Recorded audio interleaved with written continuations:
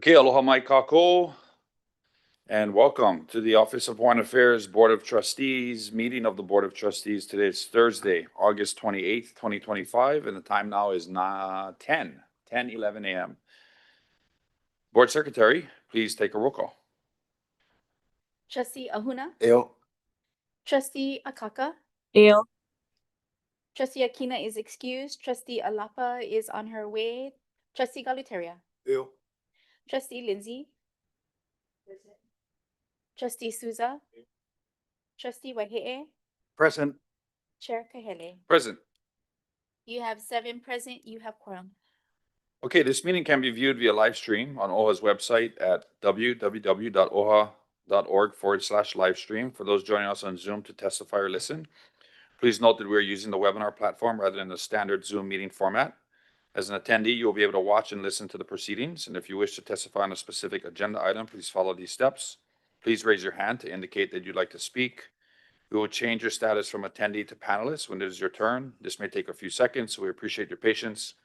As a panelist, you will be given 5 minutes to speak. You have the option to turn on your camera and unmute yourself to provide testimony. When recognized to testify, you are to speak to the agenda item that is currently being considered. If you begin to address another topic, the chair will issue a warning. Should you continue to speak on matters outside of the agenda item, your speaking time for that agenda item will end. Once you have finished testifying, please mute yourself and you will be returned to attendee status. In addition to this meeting, I'd like to remind everyone to please silence your cell phones. This meeting is being conducted in compliance with HRS Chapter 92 and our OHA bylaws and Robert's Rules of Order for Small Boards as modified by applicable statutes and rules. A few reminders as we begin. Trustees must be recognized by the chair before speaking. Members may raise a hand instead of standing when seeking to obtain the floor and may remain seated while making motions or speaking. Motions need not be seconded. Public testimony will be called on each agenda item and limited to 5 minutes per speaker, and the chair may fully participate in a discussion and vote. At this time, the chair would like to recognize our kapohana, Stacey Ferreira. Stacey would like to introduce any administrative staff that are with us today. Mahalo, aloha kakahiaka, Chair, Vice Chair, Trustees. Joining us in person, we have our Investment Director and Interim CFO, Ryan Lee, General Counsel, Everett Ota, Senior Director of Hawaiian Cultural Affairs, Hailamo Farden, Director of Communications, Bill Brennan, IT Systems Engineer and Administrators, Daniel Santos, and Arlene Aguinaldo. Mahalo. Okay, mahalo kapohana, and also here with our trustees, and welcome Trustee Alapa, is we have our board counsel, Kapono Kiokona. We also have our board secretary, Lihoi Tokazu, Deputy Chief of Staff, Alina Young, and Board of Trustee Chief of Staff, Summer Silva, as well as other trustee staff and aides and secretaries that are here today.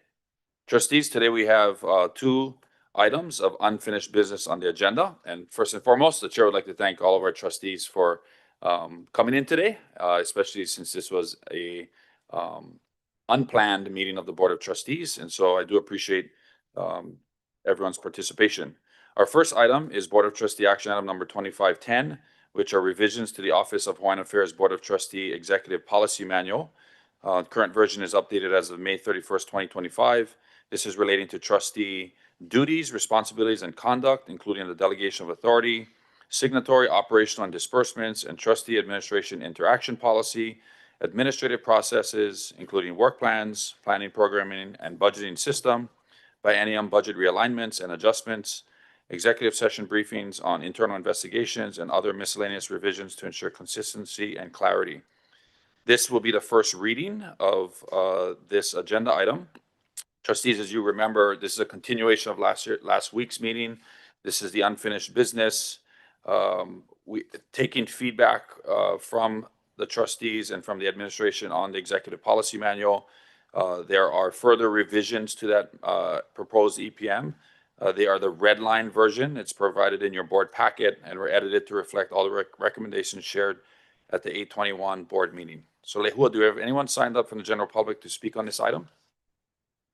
No one is signed up to speak on this item. Okay, can I get a motion, trustees, on action item BLT 2510? Okay, we have a motion by Vice Chair Souza, and it's now placed on the table for discussion. I think first and foremost, what I'd like to do, and we plan to go, Everett, if you can come up, we plan to go page by page through the executive policy manual. But one of the differences between last week's version and this week's version is Everett went back through the previous version and made a bunch of little changes here and there, and a couple of section additions to the manual. And so I want to give our general counsel an opportunity to speak to some of those things before we start from the beginning and go page by page through the proposed draft that's in front of the board. So Everett, welcome, and you are recognized. Thank you, Chair Kahele. Good morning, trustees. Administration is here to answer or to help walk through the revisions that are presented here. These were have been worked on by our office through the efforts myself and our legal office administrator, Stephanie Jones. And then these revisions were made as more cleanup revisions were incorporated into the red line before you by Chair Kahele's office, I think in particular Elena. So thank you for going through the very large effort and task of updating the red line for today's meeting. So there are a lot of revisions that are more cleanup in nature that kind of are scattered throughout the executive policy manual. I'd be happy to address any questions on those as they come up. But we do have, I think, pending before the board, the revisions that were originally discussed at last week's Board of Trustees meeting, and then were provided the opportunity to further revise. So if there's anything to that effect. Maybe what we'll do is, why don't we just start from the beginning, and as we come to the sections where our ad from the admin, then we can speak to those if trustees are okay with that. So Very good. trustees, we're gonna start on the proposed EPM. It would be the first page of it would be dated September 4th, 2025 in red. Just to remind everyone, the way the additions were made between last week and this week, if we discussed it last week and there were no, at least in discussion, objections to the language, then that is still there, but it is in black.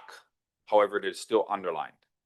If it is new, anything new from last week, whether it was admin incorporated or we took your suggestions and amended it to the best we could, that is in red.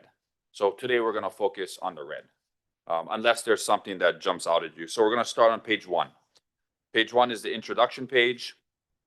As Everett had mentioned earlier, there's a lot of like little Manini changes that Everett went through page by page to make a very, very tedious process that both Everett and Alina had to do over the last few days to get this product in front of you. Everett, you want to speak to some of, anyway, just to reiterate what you had mentioned earlier? Starting with page 1, just Sure. tedious things. Yes, thank you. Before we're just going to go page by page until we get through content, but Okay. anything? So just as a general matter, as I think the board is aware, the titling of the Kapohana was updated to reflect the administrator of the Office of Hawaiian Affairs. So those revisions were incorporated into this version of the Executive Policy Manual to be consistent with the changes to our bylaws. Additional cleanup changes just to, again, ensure consistency with what's currently reflected in the Executive Policy Manual, and then make it consistent with the bylaws. So that would be page 1, page 2, page 3. Correct.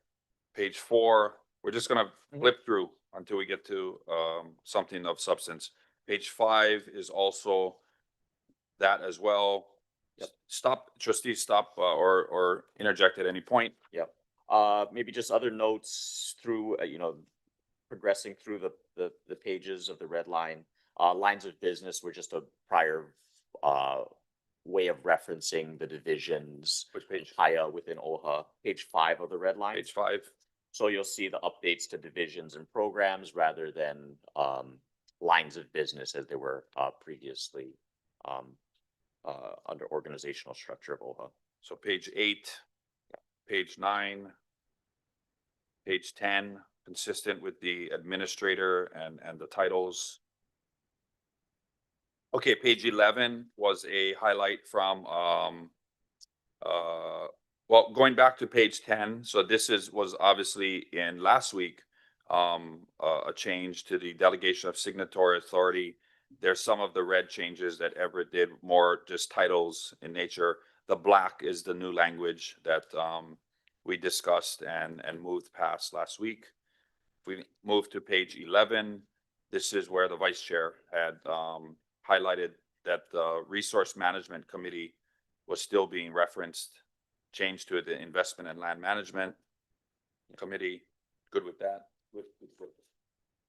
Page 12, we have our trustee staff interaction policy. No changes there from what we discussed last week. Maybe if I could just draw the trustees' attention back one page to page 11. Yep. On the bottom of that page, right, there's the land acquisition and management policy, and that was updated to reflect the more recently approved Hawaii Real Estate Strategic Plan.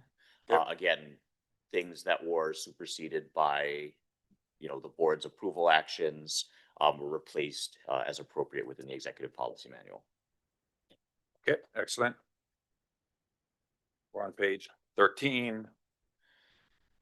14. So here's an example, page 14, referral of board matters to committee for review. So this is a new add to that.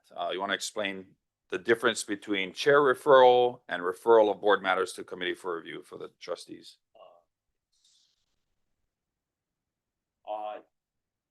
Yes, so thank you, Chair Kahele. This is a revision that was made to reflect the bylaw revisions that were approved back in March of this year. Again, providing for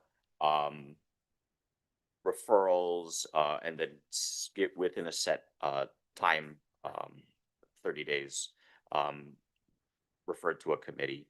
And then I think below that, that's reflective of those requirements again in the bylaws that the chair take up matters passed by the committee by recommendation. Again, for consistency with the bylaws. Okay. Okay, page 15, this is an entirely new section of executive session. Ever you want to speak to this?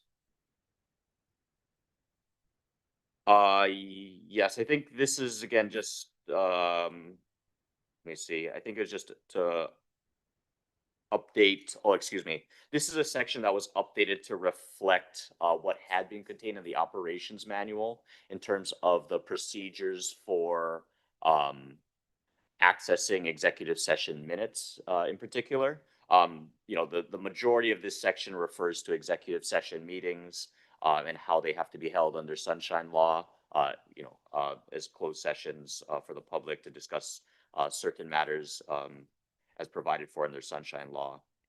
But beyond that, the second half of this section refers to procedures that had been contained in our operations manual. As I think has been, discussed by the board, there are a lot of components of the operations manual that just have not been updated and don't reflect current operational practices of OHA. So the attempt, I think, was in working with Chair Kahele and his office to update the executive policy manual to bring in those relevant sections and to reflect current practices about how executive session minutes are accessed. Yeah, trustees. So, what I found was when looking at our governance documents was we had an operations manual from 2007.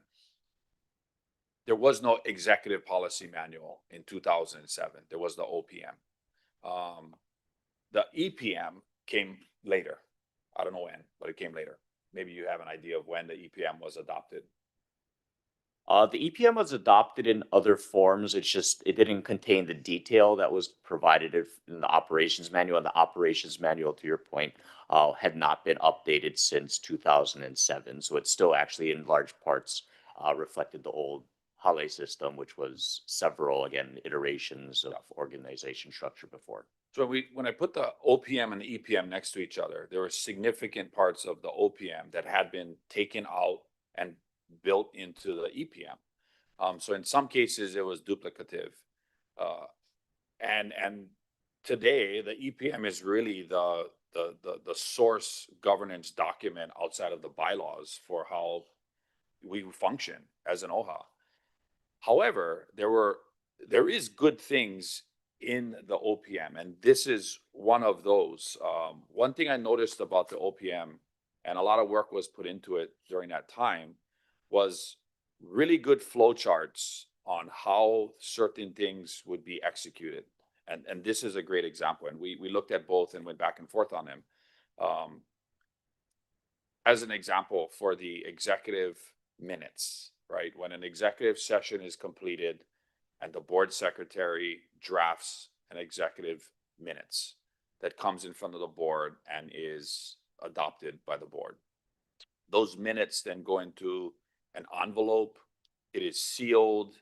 That gets transferred to the administrator and through the general counsel, gets stored and locked in a secure location here at OHA. Once it is labeled and secured and locked away on the key, which Everett has the key to access that that room that has, I guess, decades of minutes and executive policy, executive meeting minutes. The only individuals that can ever access those minutes would be trustees or potentially members of the administration with consent of our board counsel and in coordination with corp counsel. So that's not really captured in this, but it is in the operations manual in the OPM.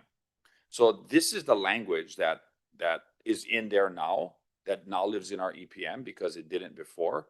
And what the suggestion is that the different PIAs that have relevant sections in the OPM, as we work towards standardizing our processes and having standard operating procedures for each division, take some of the best parts out of the OPM that are still relevant today, but may not be in common practice, and incorporate them into their SOPs. So like this is, for executive session minutes, this is the overarching high level policy, but the granular details of sealing envelopes and who has the key and what the request process is, that lives in an SOP. That would probably live within the general counsel and the board chair's office. So yeah, go ahead, Chair. Thank you. I have a problem with provided, however, that minutes cannot be breached without the consent of board counsel. That's the first one. And OHA trustees and staff may request to review executive session minutes through the general counsel and the board counsel, but will not be granted access without the consent of the board counsel. So I want to make something very clear. The board counsel does not have any decision on this table. These 9 people are elected people, and we should be able to make our own decisions. So that board counsel gotta come out of there, Chair. And however you want it to read as far as corp counsel, but the trustees should be able to see any minutes they want and not subject to any board counsel. Alina, can you pull up the operations policy manual on the television and pull up the current flow chart so we can show the trustees the policy that's in place right now? And maybe it's old and needs to go. Sure, and we Yeah. can do it right here on the table. Right. But I want to show you like the policy that we're currently operating under, and it's a great suggestion to change it. Well, I'm familiar with operating under it because poor Everett would have to sit on the table while we're reviewing the minutes. And that can still happen if that's our choice. But it's not subject to the board counsel's approval. It's subject to our approval. Yeah, pull up, it's going to be page 28 of the OPM. And I'm sorry, we could have had this printed for you.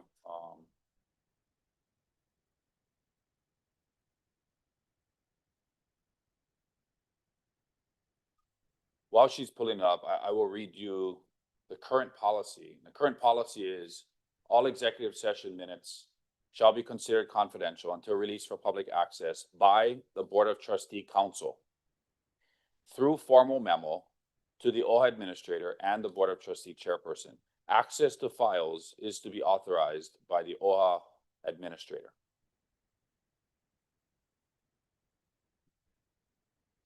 Yeah, can be minor tweaks. But it's important that the overarching policy is how we want it, so that when the PIAs create the SOP, that can you go, is there a way to go full screen? Or is that the biggest you can get it?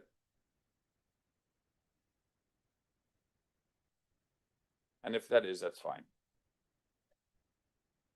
Okay, so this is our current policy. It's in the 2007 OPM as relates to executive session minutes transferred to the administrator. So the following procedure shall be followed for the transfer of Board of Trustee approved executive session minutes from the Board of Trustee Committee Secretary to the administrator for secure storage. So after the approval, the original approved executive session minutes are signed by the secretary and the chair or standing committee secretary and chair. Scroll down. The minutes are then placed in an envelope. They're securely sealed with paper tape across the back, and executive session minutes. No, go back up. A little higher. Yeah. The executive session minutes cover sheet are marked confidential attorney-client privilege. They contain the minutes, the title, the approval, the secretary. Okay, scroll down. The sealed envelope will be attached to a transmittal memo from the Board of Trustees Committee Chairperson to the administrator. When received by the administrator, the memo will be state the date and time stamped and signed for transmittal. Then you go into the secure maintenance of it. The administrator is OHA's primary records officer and has delegated the implementation of that records management policy to the divisional administrator of the Office of Board Services. I don't even know if that even exists today. OBS is responsible for the care, management, and security of OHA's records. Blah, blah, blah. Scroll down some more. Okay, so OBS maintains the original agenda in the central filing system. The minutes are to be filed in a secured cabinet in a room with keyed access only. Keys are to be held by the administrator and the OBS records management specialist. They're responsible for the physical filing and storage. Minutes are retained based on the OHA retention schedule and cannot be breached without the consent of board counsel. Scroll down some more. All executive session minutes shall be considered confidential until released for public access by the Board of Trustee Council through formal memo to the OHA administrator and chairperson. Access to files is to be authorized by the OHA administrator. Scroll down. Is that the end of it? Okay, Everett. Thank you. I'm sorry, there is a separate section regarding requests to review executive session minutes. But for the purposes of this maybe discussion, and maybe to Trustee Lindsay's point, I don't think this section is intended to, have the approval per se come through the board council. I think it's really to ensure the protections, which are, for these executive session minutes, often attorney-client privilege communications. The intent is to preserve that. So in the case of, trustees' requests to view these minutes, I don't think that's an issue, but we have had times when individual trustees have had to recuse themselves from certain matters. And therefore, they should also not be allowed to view the minutes of that discussion of which they were not able to participate, right, for various purposes, which have in some instances been litigation against the office. So I think that is the intent here. The consent is really related to ensuring that.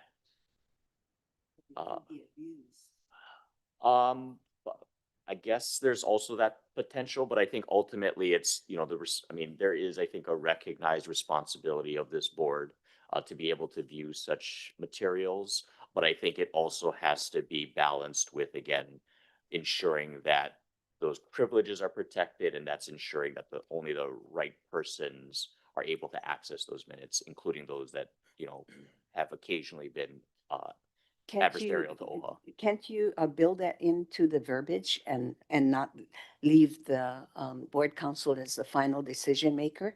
Because he shouldn't be making decisions over the trustees' decisions. And I understand what you're saying, because I've been through it, and Yep. and previous trustees have sued within. So I do understand that, but I think that how you've been handling it like you come in and sit down while the trustees review those minutes. I think that's very acceptable. And I do believe in protecting it.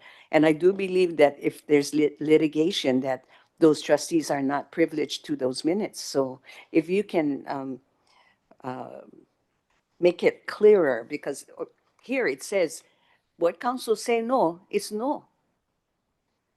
Yeah, so I guess the issue is the last three lines, the third line from the bottom and the last line on the bottom where it says without the consent of board counsel, without the consent of board counsel. You would Yeah. want that changed. I want that changed. Okay. Do you have a suggestion? I think that it should be reverbalized the way he described it to us. Because what if there is a conflict between the chair and, let's say, somebody on the board, and then the chair tells the board counsel, don't let them see the minutes. I mean, that can happen. Sure. You know, in politics, Yeah, you can, Yeah, you know. No, it's great. We'll also have to weigh in. Okay. I'm sorry, trustee, Just real quick, now that I'm understanding this, I think we're talking about two different things, because I think, like, as we're in meetings, board counsel is already there listening. He's already there at the table. So what we're talking about is, like, now there's something that went down, but the board counsel is still part of the table and the legal discussion going on. What happens is when individual trustees get into disputes, that has nothing to do with OHA. So I was thinking, like, it shouldn't say board counsel, but it's different things. We still have the overall in anything we do, but this is at another stage, I think, where I think the board counsel needs to weigh in because there is an issue going on. So I've heard one side, but I think on the other side, this table is about OHA.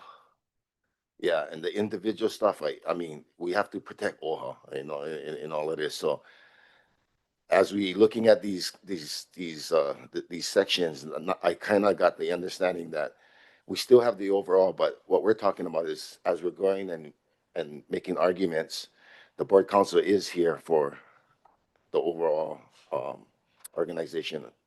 So I think we should just keep it the same. So sorry. okay. Trustee Souza? No.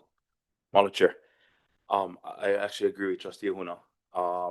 But I think also what trustee Lindsay is saying, and maybe you're doing that right now, Everett, trying to figure out, because it's really case by case. And I think at that point, like you're saying, the council is in the room, but then if it is a conflict between two trustees, right, or one trustee suing the board, they're not privy to certain information at that point. So take that into consideration, I'm sure, component. And then also the staff, we're referring to OHA trustee staff. Is that correct? Just to clarify. Everett can clarify. Okay. Staff would mean any staff.